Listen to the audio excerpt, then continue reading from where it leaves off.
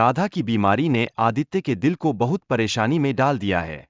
हर दिन जब वह अपनी बेटी की मुस्कान को देखता है तो उसके मन में चिंता की लहरें उठने लगती है।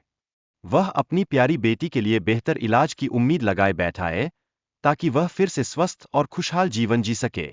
आदित्य ने अपनी फसल की मेहनत से अच्छे दामों का सपना देखा है।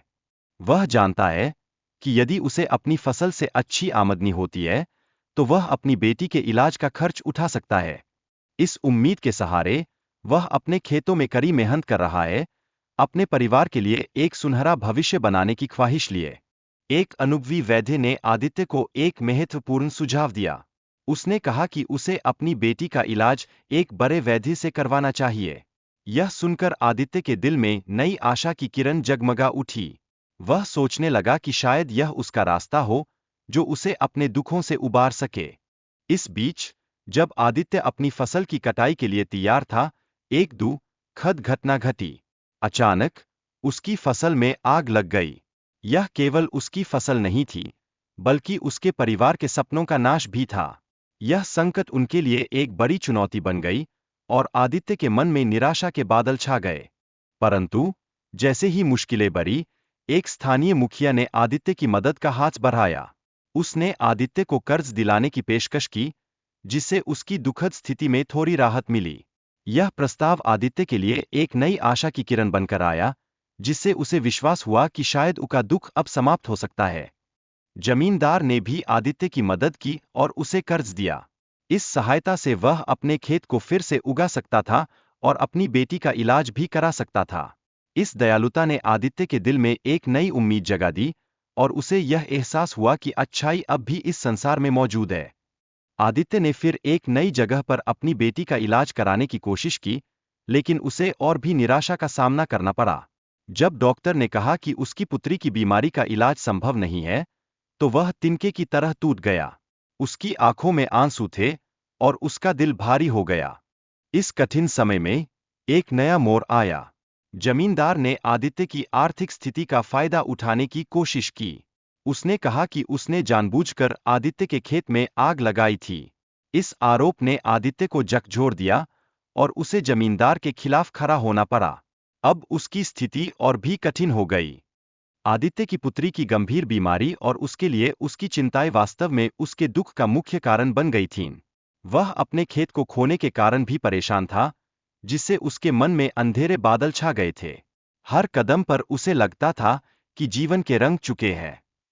फिर एक साधु ने आदित्य से मुलाकात की और उसे एक जादुई कमल के फूल के बारे में बताया।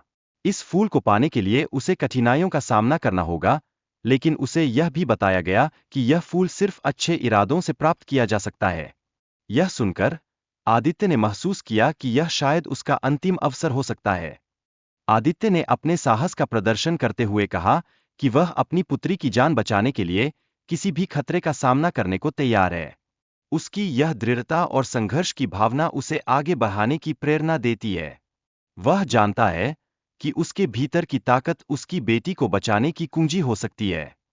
इस पूरी यात्रा में हिरन की मासूमियत और आदित्य का तरस खाना महत्वपूर्ण भूमिका निभाते हैं। ये भावनाएं आदित्य के निर्णय को प्रभावित करती है और उसे यह एहसास कराती है कि इस संसार में उसका संघर्ष अकेला नहीं है। जब आदित्य शेरनी का सामना करता है, तो उसकी मायावी चाल और शर्तें उसके लिए एक कठिन चुनौती प्रस्तुत करती है। यह कहानी में टकराव का एक महत्वपूर्ण बिंदु है, जहां आदित्य को अपने हौसले और मेहनत का सामना करना पड़ता है। वन देवी का प्रकट होना और आदित्य का परीक्षा में पास होना कहानी का एक महत्वपूर्ण मोड़ है। ज्यों ही देवी ने उसकी मेहनत और हिम्मत को देखा, उसे अपनी बेटी का इलाज करने का अवसर मिलने लगा। यह परिवर्तन उसकी मांगे और कठिनाइयों का प्रतिफल था। अब जमींदार की बेटी की गंभीर बीमारी का भी मामला है। जमींदार की पीड़ा और उसकी पत्नी के लिए चिंता को सामने लाया गया है। यह भावनात्मक पहलू हमें दिखाता है कि मानवता का महत्व सभी के लिए समान है। कमल के फूल की चमत्कारी विशेषताओं के बारे में बताया गया, जो अद्वितीय और रहस्यमय है। यह फूल आदित्य के अच्छे दिल और निस्वार्थता का प्रतीक है। यह दर्शाता है कि जब हम दूसरों की भलाई के लिए काम करते हैं, तो हमें भी अच्छाई का फल मिलता है। आखिरकार आदित्य की इच्छाओं में बदलाव आया। जब उसने जमींदार की बेटी के स्वास्थ्य की भी कामना की, तो यह दिखाता है कि सच्ची मानवता में दूसरों की भलाई की चिंता होती है। उसकी उदारता से यह सिद्ध होता है कि जब दिल में अच्छे इरादे होते हैं, तो हम सभी के लिए एक बेहतर भविष्य की नींव रख सकते हैं। इस सब के बीच आदित्य की यात्रा एक प्रेरणा बन जाती है।